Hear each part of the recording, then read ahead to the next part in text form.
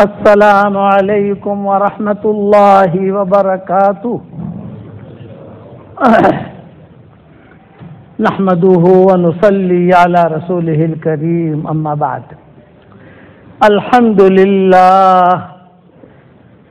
لله نحمده ونستعينه ونستغفره ونؤمن به ونتوكل عليه ونعوذ بالله من شرور أنفسنا ومن سيئات أعمالنا ونعوذ بالله من شرور أنفسنا ومن سيئات أعمالنا من يهده الله فلا مضل له ومن يضلله فلا هادي له ونشهد أن لا إله إلا الله وحده لا شريك له ونشهد أن سيدنا ومولانا محمدا عبده ورسوله صلى الله عليه وعلى آله وأصحابه وبارك وسلم تسليما كثيرا أما بعد فأعوذ بالله من الشيطان الرجيم.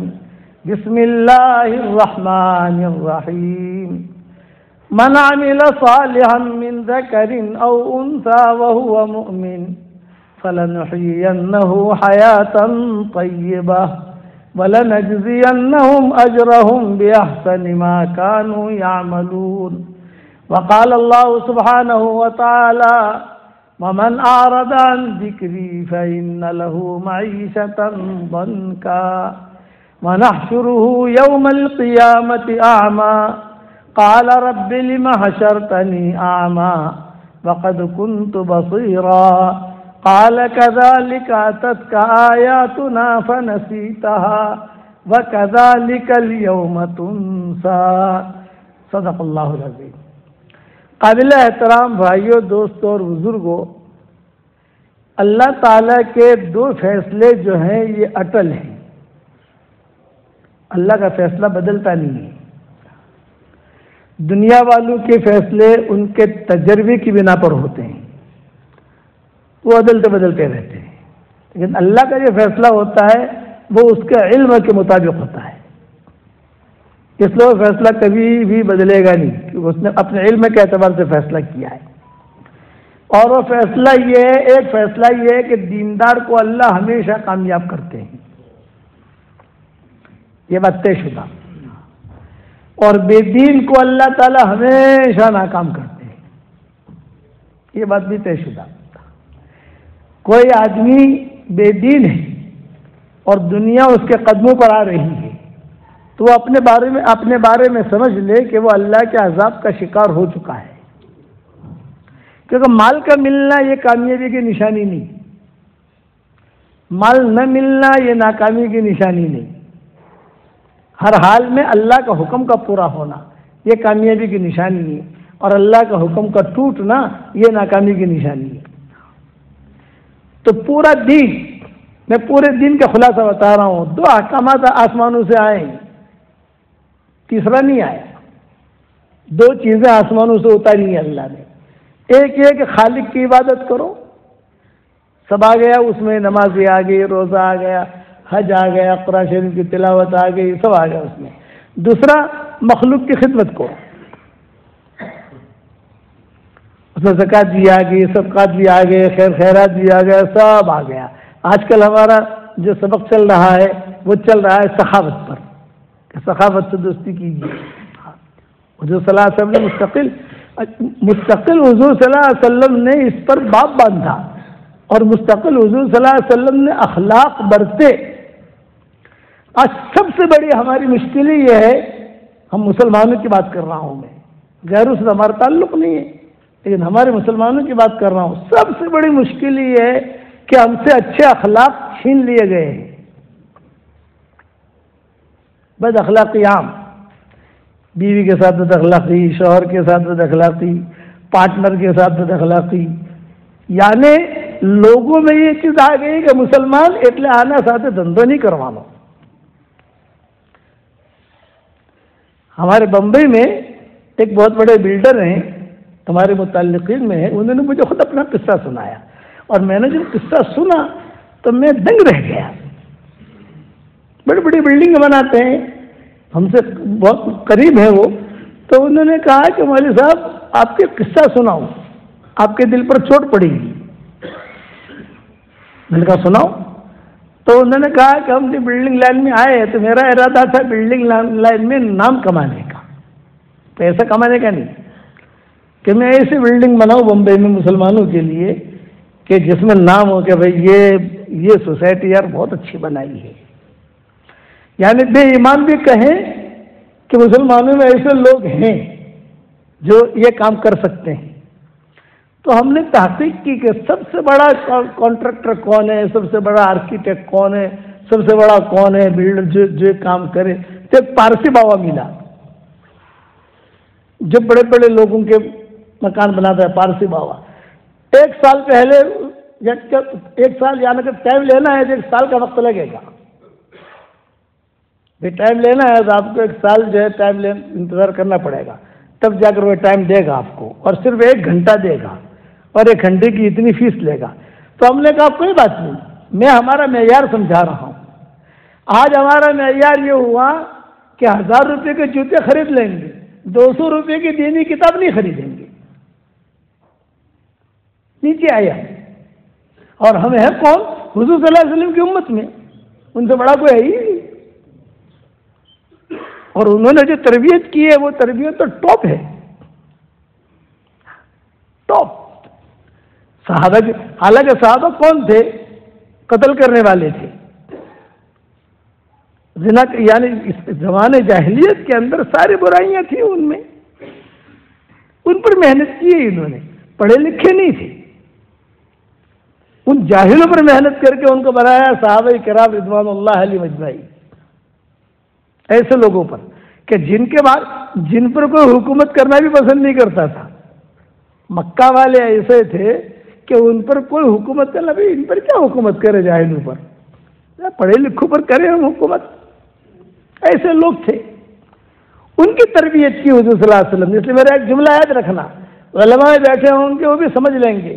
آج ہمارے پاس شریعت کا علم تو ہے، مفتیان کرام بھرے ہوئے ہیں ماشاءاللہ، کتابیں بھری ہوئی ہیں، ایک فتویٰ پوچھو 10 جوابات آ جائیں گے ماشاءاللہ. کتابیں بھری ہوئی ہیں ہمارے درسگاہوں کے اندر. شریعت کا علم تو ہے ہمارے پاس، لیکن تربیت کا علم نہیں. حضور نے شریعت کا علم بھی دیا تھا، تربیت کا علم دیا تھا. تربیت کے علم سے خالی. اب وہ بھائی جو تھے جو بمبئی کا قصہ سنا رہا تھا، انہوں نے کہا مولانا ہم نے ٹائم لیا بھائی 1 برس تو بہت ہی، جیسے آپ میں 6 مہینہ میں ٹائم آپ کو، تو بڑی مشکل سے 6 مہینے میں ٹائم ملا. میٹنگ شروع ہوئی. جب میٹنگ شروع ہوئی تو ہمارے بھی لوگ تھے اور ہم بھی پیسوں کے پوٹلے لے کر گئے تھے. تو پیسہ مقصد ہے پہلے پیسہ ہے آپ ہی دیسو اپنے پیٹیاں لے کر گئے تھے. تو بھائی کہہ رہے تھے، تو بیٹھتے ہی اس نے کہا کہ تمہیں کہا دھرم نہ چھو یہ بات کرو. کبھی مسلمان جی تو کہا سوری હું તમારા સાથે કામ નહીં કરી શકું. અરે ભાઈ કેમ નહીં કરી શકો? આપણે 6 મહિનાથી અપોઇન્ટમેન્ટ છે, અમે પૈસા લાવ્યા છીએ. તમે જે મારે પૈસોની જરૂરત નથી, હું ક્વોલિટી જોઉં છું. તમારા પાસે ક્વોલિટી છે જ નહીં, તમારા નબીની. તમારા નબી સાહેબની જે ક્વોલિટી છે એ તો અમે લોકોને લીધી છે, તમારા પાસે નથી. હું બિલ્ડિંગ બનાવીશ, હું કોલોની બનાવીશ તો તમે લોકો એ ક્વોલિટી પર ચાલી જ નથી શકવાના, કારણ કે ભૂલી ગયા તમારા નબીના રસ્તા. તમે મારું નામ ખરાબ થશે.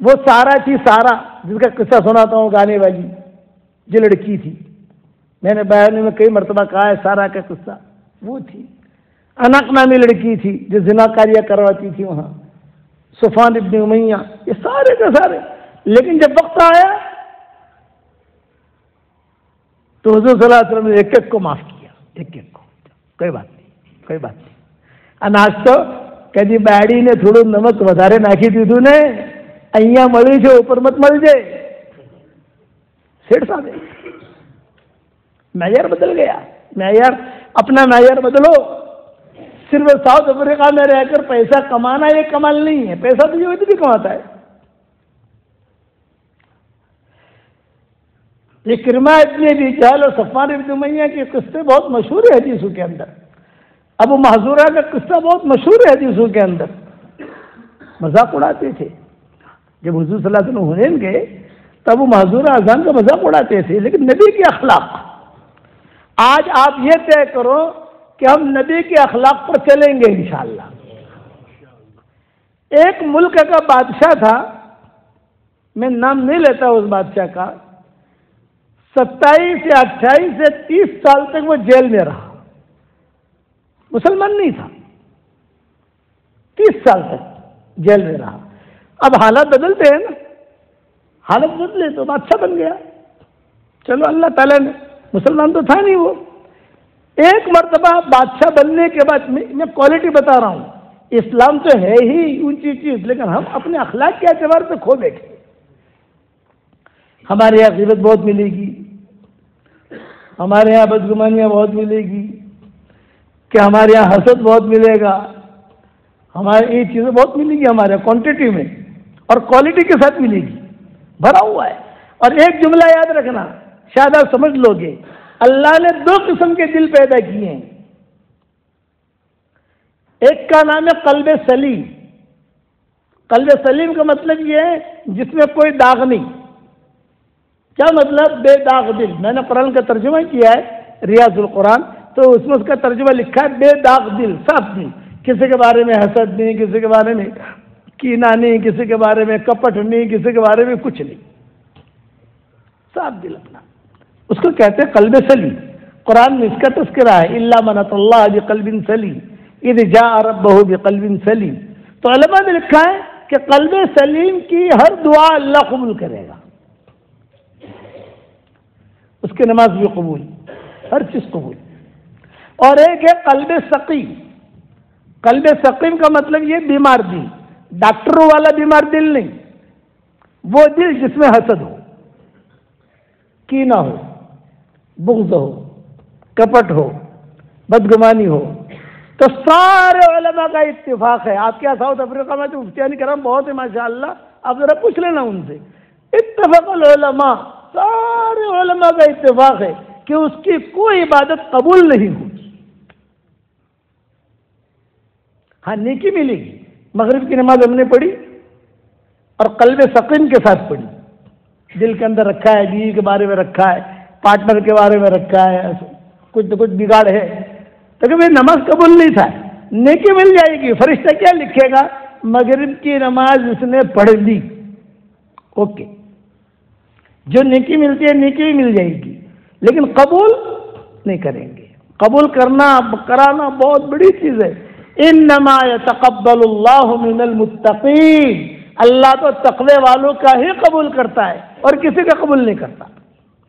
ہماری شریعت میں نیکیاں کمانا بہت آسان ہے، ایک دعا میں آپ کو پڑھاتا ہوں، وہ پڑھ لیجئے، تو اس دنیا میں جتنے مسلمان مرد عورتیں ہیں ان سب کے برابر اللہ ہمارے اکاؤنٹ میں نیکیاں داخل کرے گا،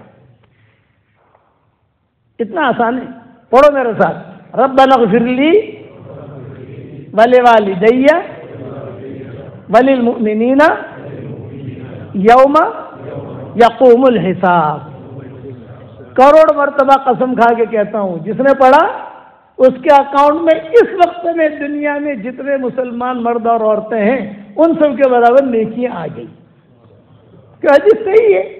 میں میری جو کتاب لکھتا ہوں، میری کتابوں کے نام تو یاد ہوں گے آپ کو، بکھری موتی ہے، قرآن کا ترجمہ ہے، 26 صورتیں ہیں، مومن کا ہتھیار ہے، اور جو سب سے پہلے میں یہ دعا لکھواتا ہوں ہائی لائٹ کر کے، اور اب بھیجتا بھی ہوں لوگوں کو، کم سے کم ایک مرتبہ تو پڑھ لے گا یار، نکیہ تو مل جائے گی۔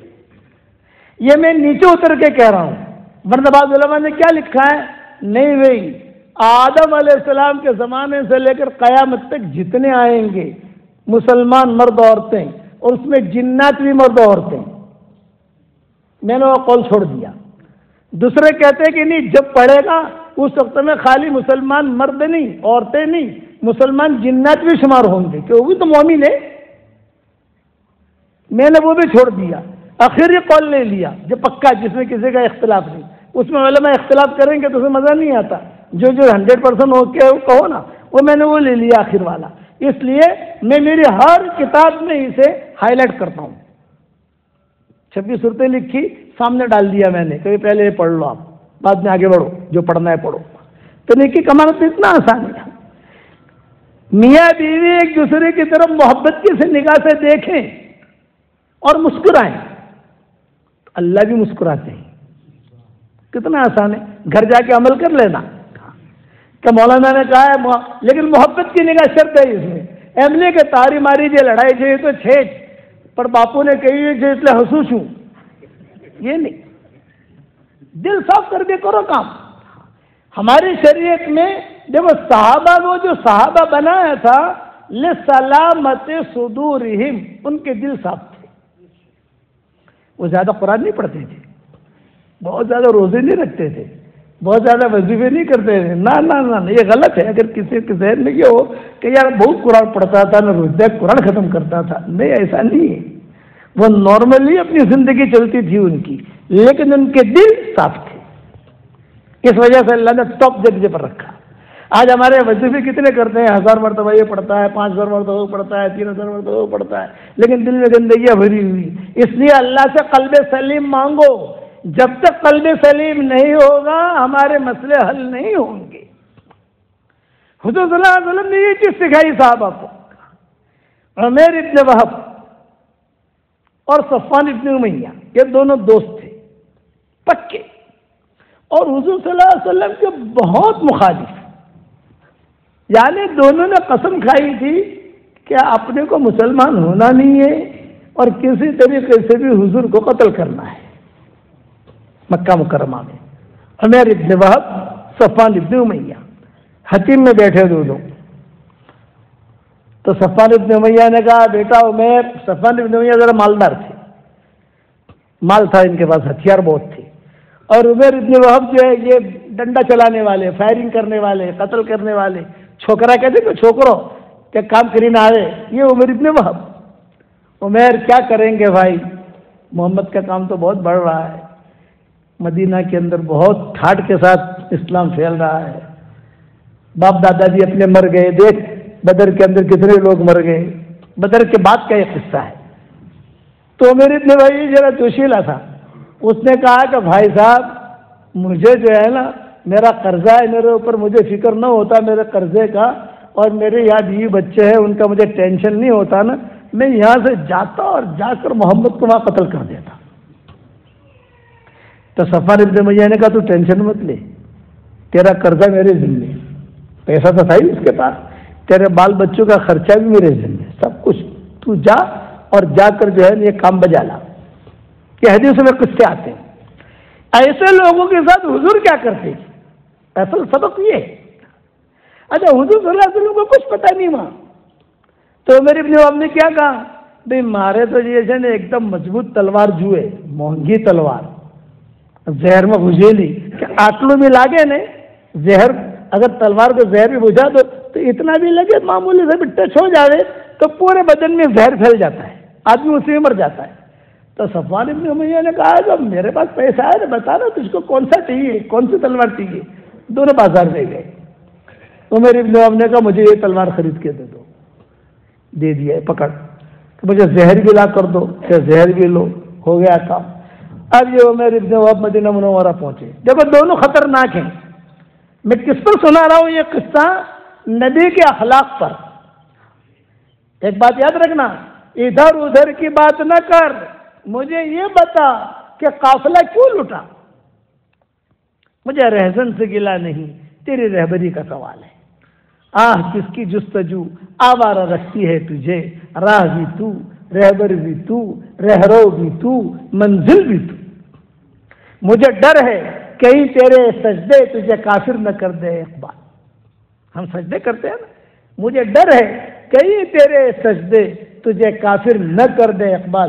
جھکتا کہیں اور ہے، سوچتا کہیں اور ہے، کہ جھکتا کہیں اور ہے، سوچتا کہیں اور ہے۔ آج ہم نے اللہ کو کیا پہچانا، نبی کو کیا پہچانا؟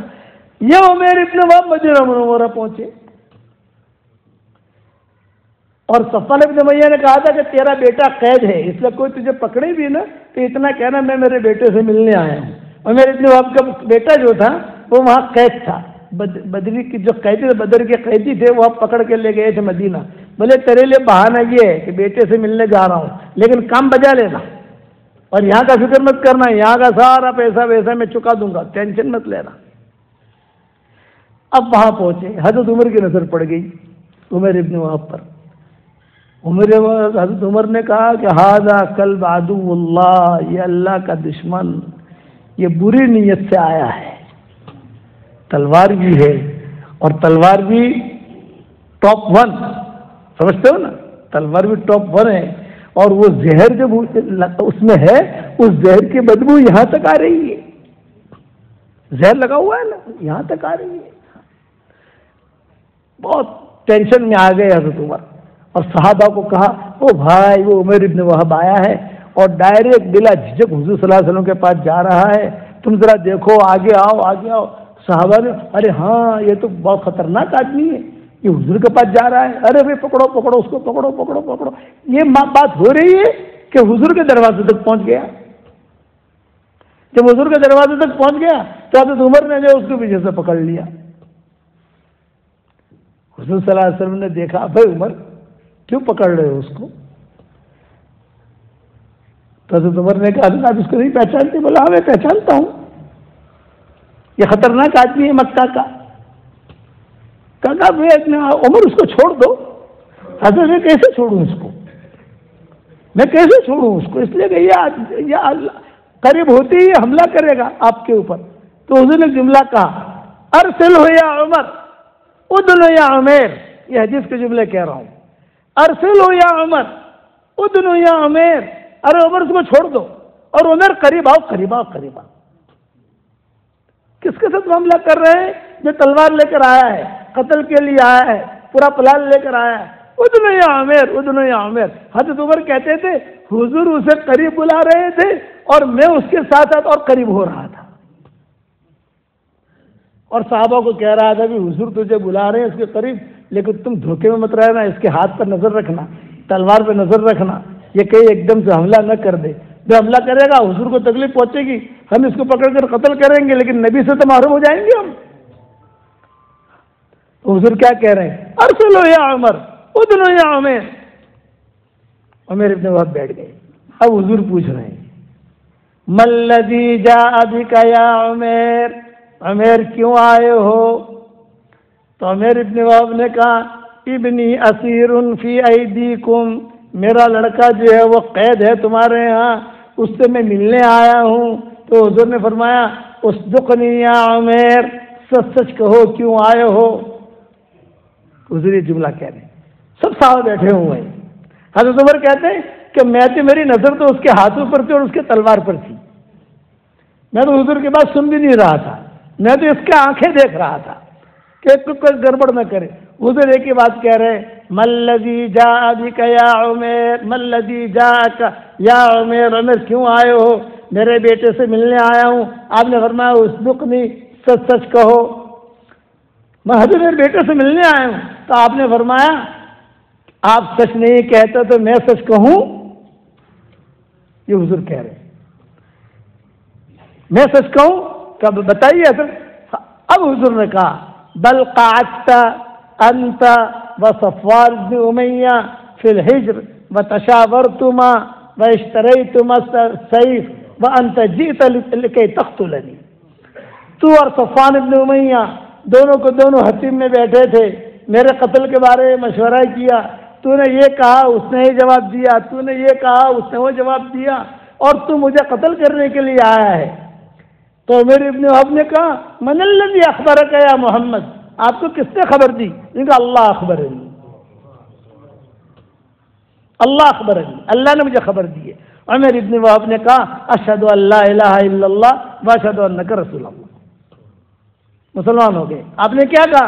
بھئی یہ تمہارا بھائی بن گیا، اس کے بیٹے کو نکالو، اس کے ساتھ اچھے معاملہ کرو، اور تمہارے بھائی کو قرآن سکھاؤ، فقہو فی الدین، دین سکھاؤ، کھانا کھلاؤ، اکرام کرو، عزت دو، یہ مسلمان ہو گیا ہے۔ اب آگے بڑھو۔ وہ صفوان ابن امیہ مکہ میں انتظار کر رہے ہیں، آج خبر آئے گی، رات کو خبر آئے گی، صبح خبر آئے گی۔ مکہ کے سب نوجوانوں کو جمع کیا صفوان ابن امیہ نے، یہ کہا یہ خوشخبری آنے والی ہے، بدر کا جو زخم ہے بھول جاؤ گے تم۔ ارے چچا کیا خوشخبری؟ بولے وہ عمر کو بھیجا ہے وہاں چھوکرے کو، وہ بولے 1-2 دن میں خوشخبری آئے گی۔ تو مکہ کے نوجوان خوش ہو گئے، ارے واہ چچا، واہ چچا، واہ چچا۔ 15 دن ہو گئے کوئی خوشخبری نہیں، 1 مہینہ ہو گیا کوئی خبر نہیں، 2 مہینے ہو گئے کوئی خبر نہیں۔ تو وہ لڑکے صفوان ابن امیہ کے پیچھے پڑ گئے، ارے کاکا کیا رہے خبر آپ سے، 2 مہینہ بھی گیا۔ تو صفوان ابن امیہ نے کہا میں تحقیق کرتا ہوں۔ ایک قافلہ شام سے مکہ آ رہا تھا، مدینہ آ کر، مدینہ جاتے تھے وہ لوگ، وہ آیا صفوان ابن امیہ کے پاس، ارے بھائی وہ عمر چھوکرا ملا تھا کہ نہیں؟ ہاں ملا تھا۔ کیا کرتا ہے وہاں پر وہ؟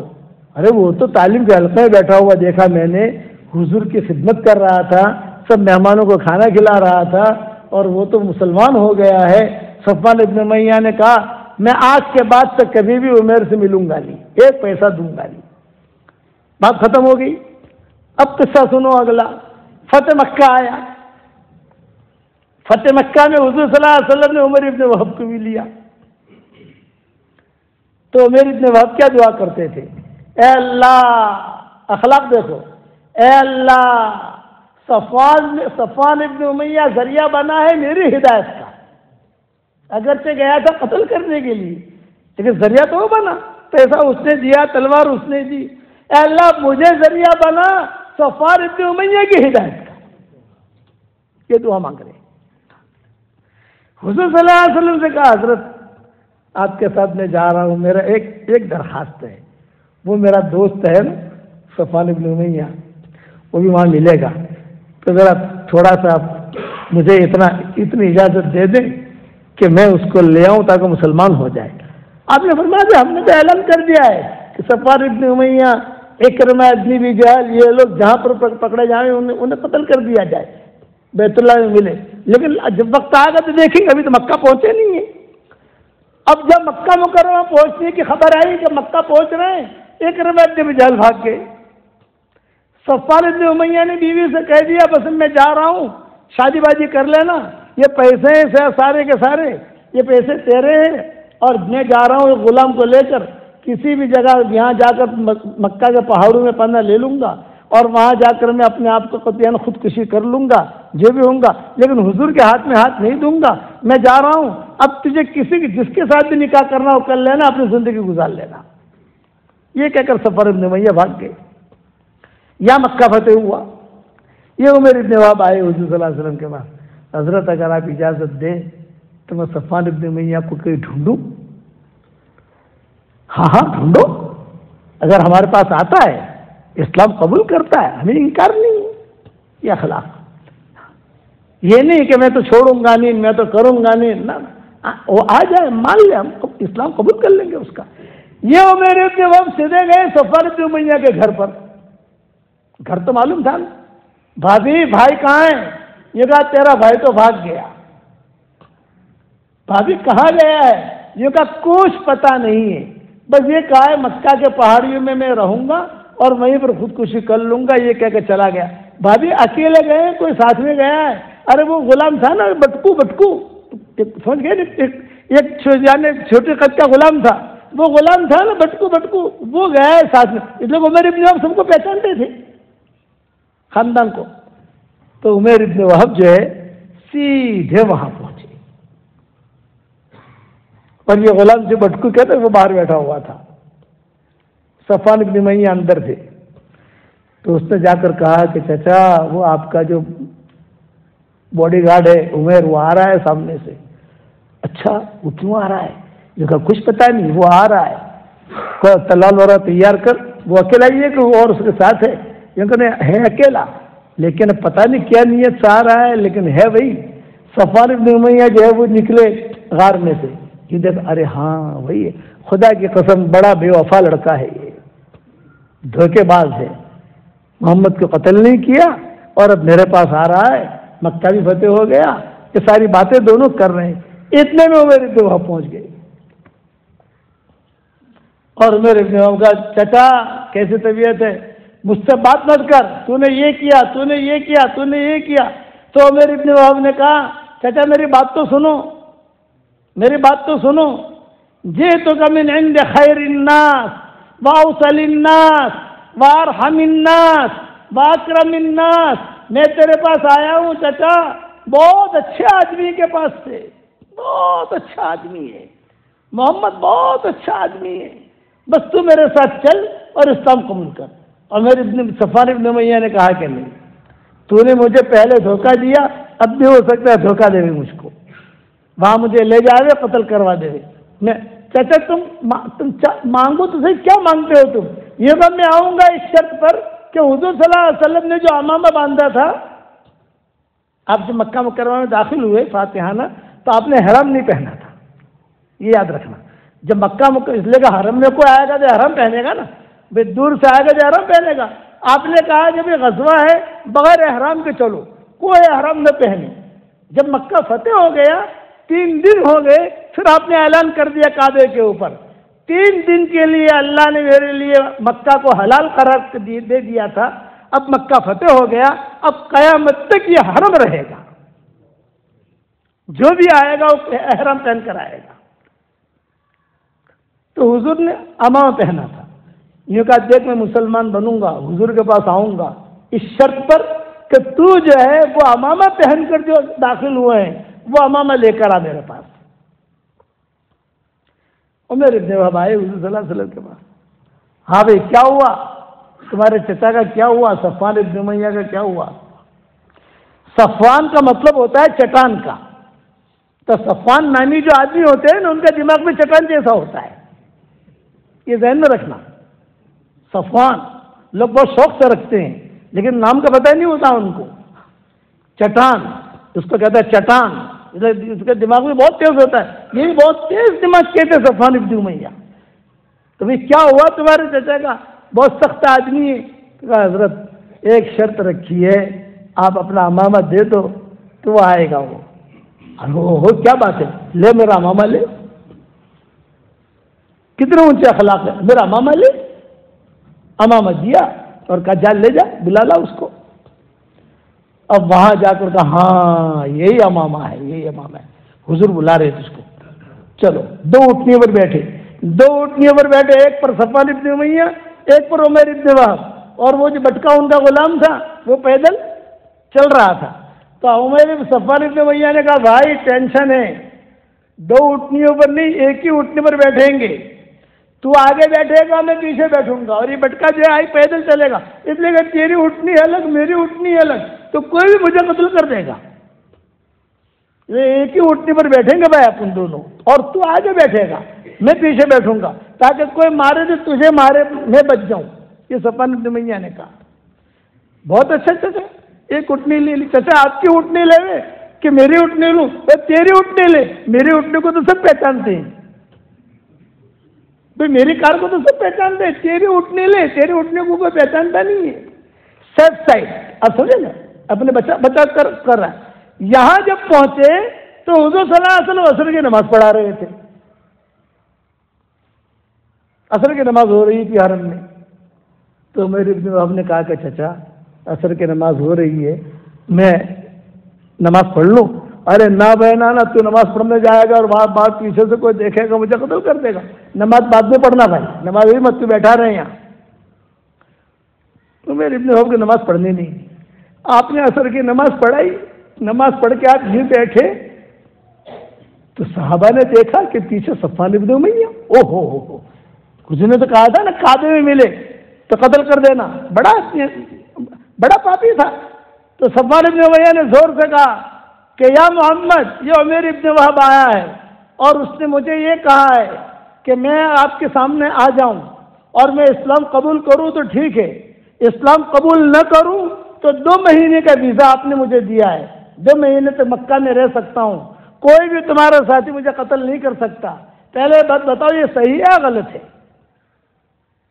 صفوان ابن امیہ نے کہا. سارے صحابہ سن رہے ہیں، ابو بکر عمر سب. آپ نے فرمایا بھئی نیچے تو اترو، نیچے اتر کے بات کرو. یہ کہا نہ، تو پہلے آپ اوکے کریے پھر اتروں. تو آپ نے ایک جملہ کہا، عمیر ابن وہب نے 2 مہینے کا ویزا کہا ہے، میں تجھے 4 مہینے کا ویزا دیتا ہوں. 4 مہینے تک تجھے کوئی دیکھے گا نہیں، کوئی میری آنکھوں سے دیکھے گا نہیں، کوئی، تو بالکل بے فکر رہنا. یہ صفوان ابن امیہ، تو بالکل بے فکر رہنا. ہاں اب اترتا ہوں. اب تو وہ ٹھاڑ کے ساتھ اترا، لیکن اب تو ڈر ختم ہو گیا نا. حضور صلی اللہ علیہ وسلم کے پاس آ کر بیٹھے، ان کی بیوی بھی آ کر بیٹھی، تو حضور صلی اللہ علیہ وسلم نے اسلام کی دعوت دی. تو اس نے کیا کہا، محمد ہم مسلمان ہونے والے نہیں ہیں، بس 4 مہینہ یہاں رہیں گے، اپنی پراپرٹی وغیرہ بیچیں گے، بیچ کر ہم جو کہیں چلے جائیں گے، مسلمان ہم نہیں بنیں گے، اب ہم سے اسلام کی توقع مت رکھنا. صفوان ابن امیہ نے کہا. اور اس کی بیوی نے کہا میں بھی میری شوہر کے ساتھ ہوں. سمجھ گئے نا کہ میں بھی میرے شوہر کے ساتھ. آپ نے بتایا کوئی بات نہیں، آپ جاؤ آرام سے اپنی زندگی گزارو، تمہیں کوئی مارے گا نہیں، تمہیں جو ضرورت ہوگی ہمارے ساتھی تمہاری مدد کریں گے. یہ ہو گیا قصہ. جان چھوٹی، یعنی کہ تم عمر ابن وہب دعا کر رہے تھے، اے اللہ صفوان ابن امیہ میری ہدایت کا ذریعہ بنا، اے اللہ تو اس کی ہدایت کا مجھے ذریعہ بنا دے. صفوان ابن امیہ مسلمان ہوئے ہی نہیں. حضور کا حنین کا سفر ہوا تو حضور صلی اللہ علیہ وسلم کو زرہوں کی ضرورت تھی، بہت زرے آپ کو چاہیے تھی، اور مکہ میں سب سے زیادہ ہتھیار ان کے پاس تھا، صفوان ابن امیہ کے پاس. حضور نے بلایا، بھائی صفوان مجھے زرے چاہیے، حنین جانا ہے مجھے. تو صفوان ابن امیہ نے کہا کتنی چاہیے؟ کہا 100 چاہیے، 200 جتنی ہو. یہ فرمایا کہ آپ طاقت کے ساتھ لینا چاہتے ہو یا اخلاق کے ساتھ لینا چاہتے ہو؟ آپ نے فرمایا نہیں طاقت کے ساتھ نہیں لے رہا، عاریتن رادتن، میں عاریت لے رہا ہوں اور تجھے واپس کروں گا، اور اگر کوئی زرہ خراب ہو گئی تو میں اس کو جو ہے بدل کر تجھے دوں گا، اس کا پیسہ دوں گا. عاریتن رادتن، یہ جملہ کہا حضور صلی اللہ علیہ وسلم نے. صفوان ابن امیہ نے غلاموں کو حکم دیا کہ جاؤ فلاں جنگل کے اندر زرے ہیں، سب کو دے دو. حضور نے صحابہ بھیجے، جاؤ جا کر لے لو، یہ سارے کے سارے جو یعنی ان کو زرے دے دو. اب حضور صلی اللہ علیہ وسلم کو ہونے کا سفر ہوئی، مسلمان نہیں تھے. صفوان ابن امیہ خود آئے، ابو محذورہ خود آئے، محمد آپ کہاں جا رہے ہو؟ حنین جا رہے ہیں، ہم آ سکتے ہیں؟ اب نے فرمایا ہاں کوئی بات نہیں چلو. سارے یہ مشرکین کے ساتھ چلے. آپ نے جو مکہ والوں کو کیا کہا، مسلمان جو تھے کیا کہا، دیکھو بھئی یہ ہمارے بھائی ہیں، کوئی میلی آنکھوں سے نہ دیکھے، ہم نے ان کو معاف کر دیا ہے. 4 مہینے تک ہم کچھ نہیں کریں گے، اس کے بعد دیکھیں گے جو ہونا ہوگا. وہ وہاں گئے، وہاں جانے کے بعد حنین فتح ہوا اور بہت مال آیا. علماء نے لکھا ہے سب سے زیادہ مال حنین کے موقع کے پر آیا. طائف والے آئے تھے نا، سب باندیاں، غلام، حضور صلی اللہ علیہ وسلم کے رضائی بہن شیما، وہ بھی اس میں آئی، سب دھمال ہو گئی. صفوان ابن امیہ جو دیکھ رہے تھے، ایک وادی میں سب گھوڑے تھے، گھوڑیاں تھی، گدھے تھے اور باندیاں تھی، اور وہ کھڑے ہوئے دیکھ رہے تھے صفوان ابن امیہ. حضور گزرے تو حضور نے پیچھے دھپ ماری، صفوان آیا عجبہ کہا تھا، یہ تجھے پسند ہے؟ ارے محمد کس کو پسند نہیں ہوگا، یہ زبردست مال ہے، سونا چاندی ہیرے جواہرات سب بھرا ہوا ہے وادی میں. تو آپ نے فرمایا ہوا لکا وما فی، یہ جملہ کہا، ہوا لکا وما فی، یہ زمین کا جتنا ٹکڑا ہے وہ بھی تیرا، اور زمین میں جو کچھ ہے وہ بھی تیرا. تو صفوان بن امیہ نے کہا اشہد ان لا الہ الا اللہ واشہد انک رسول اللہ، کہ اتنا بڑا دل نبی کے علاوہ کسی کا نہیں ہو سکتا، کسی کا نہیں ہو سکتا اتنا بڑا دل۔ اور صفوان بن امیہ نے کہا پھر تو حضور نے جب یہ ہو گیا تو حضور نے کہا بھی ہم نے تجھ سے 100 زرہیں لی تھی، کچھ خراب ہو گئی ہیں، کچھ واپس کرنی ہے۔ تو صفوان بن امیہ نے کہا حضرت سب ہدیہ ہے وہ، اب وہ تو میں مشرک تھا، مجھے پتہ نہیں تھا، ان کی بیوی مسلمان ہوئی۔ یہ اخلاق تھے حضور صلی اللہ علیہ وسلم کے، یہ ذہن میں رکھنا، یہ اخلاق تھے۔ ابو محذورہ تھے، یہ اب حضرت بلال اذان دے رہے تھے، اللہ اکبر اللہ اکبر اللہ اکبر اللہ اکبر، تو کچھ لوگ جو ہے حضرت بلال کا مذاق اڑا رہے تھے، مشرکی۔ آپ نے فرمایا بھائی یہ کون لوگ، یہ حنین کے موقع کے اوپر یہ کون لوگ ہیں؟ تو صحابہ نے کہا کہ حضرت وہ چھوکرے آپ نے لیے ہیں نا مکہ سے مشرکین کے، یہ سب مذاق اڑا رہے ہیں بلال کا۔ اچھا کون ہے، بلاؤ میرے پاس۔ سب کو بٹھایا، بھئی آپ لوگ کیوں زور زور سے آواز کر رہے تھے؟ تو انہوں نے کہا کنّا نستہزئ مع بلال، ہم بلال کا مذاق اڑا رہے تھے۔ بھئی کیوں مذاق اڑا رہے تھے؟ کیونکہ بلال کان غلام حقنا، بلال ہمارا غلام تھا، آج جو ہے نبی کا مؤذن بن گیا، اتنا بڑا درجہ مل گیا۔ تو آپ نے کیا کہا؟ مارو کاٹو بھگاؤ، یہ جملہ نہیں کہا، آپ نے کہا قریب آ جاؤ، قریب کیا۔ بھئی تم میں سے ایک آدمی کی آواز بہت بلند تھی، کس کی تھی؟ فاشاروا الی ابی محذورہ، ابو محذورہ کی طرف اشارہ کیا، حضرت اس کی آواز بلند تھی، یہ بہت زور زور سے چلا رہا تھا۔ تو آپ نے ابو محذورہ کو قریب کیا۔ قل مثل ما یقول بلال، سارا مجمع دیکھ رہا ہے، یہ قصے کتابوں میں چھپے ہوئے ہیں، چھپے ہوئے نہیں ہیں، اور سارا مجمع دیکھ رہا ہے۔ حضور نے کہا قل مثل ما یقول بلال، بلال جیسا کہہ رہا تھا ویسا کہ۔ ابو معذورہ نے کہا حضرت میں نے تو اذان سیکھی نہیں ہے، میں نے تو اقامت بھی نہیں سیکھی۔ وہ مشرک ہے، حضور صلی اللہ علیہ وسلم نے انہیں اذان سکھائی اور حضور صلی اللہ علیہ وسلم نے انہیں اقامت سکھائی۔ جب لا الہ الا اللہ پر پہنچے تو حضور صلی اللہ علیہ وسلم نے اپنے ہاتھ سے ان کے پیشانی پر ہاتھ پھیرا اور ان کے دل پر ہاتھ پھیرا ابو معذورہ کے، اور کہا کہ اے اللہ اس کی زبان سے کلمہ تو میں نکلوا چکا ہوں، اس کے دل میں اتارنا ہے تیرا کام ہے، میں نہیں کر سکتا۔ ابو معذورہ نے جب منظر دیکھا، اشہد ان لا الہ الا اللہ واشہد انک رسول اللہ، دیر ہو گئے، مسلمان ہو گئے۔ پھر کھڑے ہوئے ابو معذورہ، لی رجاء منک یا رسول اللہ، لی رجاء منک یا رسول اللہ۔ حضرت ایک معروضہ ہے، ایک درخواست ہے۔ فرمایا کہ بتاؤ کیا معروضہ ہے؟ یہ فرمایا بلال مؤذنکم فی المدینہ وانت عینی مؤذن فی حرم المکی، یہ بلال مدینہ کا مؤذن ہے اور تم مجھے جو ہے مکہ کا مؤذن بنا دو۔ یہ پیشکش کی کہ مجھے مکہ کا مؤذن بنا دو، حرم شریف کا۔ آپ نے اعلان کیا، فرمایا بلال مؤذننا فی المدینہ وابو محذورہ مؤذننا فی حرم المکی، حرم مکی کے مؤذن بنے یا ابو محذورہ، لمبے درجے تک رہے۔ اچھا مدینہ کی اذان میں مکہ کی اذان میں فرق ہوتا تھا اس وقت میں، وہ کیا ہوتا تھا؟ حضور صلی اللہ علیہ وسلم ابو محذورہ کو سکھاتے تھے، کہو پڑھو اشہد ان لا الہ الا اللہ، وہ کہتے تھے اشہد ان لا الہ الا اللہ، ڈر لگتا تھا کہیں پیچھے سے کوئی تلوار نہ مار دے۔ ارے بھی کہو، زور سے کہو اشہد ان لا الہ الا اللہ، وہ کہتے تھے اشہد ان لا الہ الا اللہ، پھر زور سے کہو اشہد ان لا الہ الا اللہ اشہد ان لا الہ الا اللہ۔ ارے بھی 4 مرتبہ حضور پڑھواتے تھے تاکہ ان کا ڈر ختم ہو جائے، تو 4 مرتبہ، پھر آخر میں کہتے تھے اشہد ان لا الہ الا اللہ۔ تو انہوں نے مکہ میں ایسی اذان دینی شروع کر دی، اشہد ان لا الہ الا اللہ 4 مرتبہ، اشہد ان محمد رسول اللہ 4 مرتبہ۔ اب حضور کا تو انتقال ہو گیا، اختلاف ہو گیا، سب کہہ رہے مکہ میں ایسے اذان دیتا ہے۔ ابو معذورہ نے کہا جیسا مجھے حضور نے سکھایا ویسا میں تو اذان دوں گا۔ تو صحابہ کہتے تھے تم ڈرتے تھے، اس وجہ سے حضور تمہاری ہمت بڑھانے کے لیے، میں نہیں جانتا، حضور نے مجھے جیسا سکھایا میں اسے اذان دوں گا۔ ابو بکر نے فیصلہ کیا چھوڑو مت یار، اس کو جیسے بھی اذان دیتا ہے دے لے، تو جیسے دیتا ہے دے لو، جب مر جائے گا پھر ترتیب بدلیں گے۔ پھر ابو معذورہ کا جب انتقال ہوا تب جا کر بلال جیسے اذان مکہ میں آئی۔ ابھی میں نے علمی باتیں آپ لوگوں کو بتائی، اس لیے میں مختصر اتنا عرض کرتا ہوں۔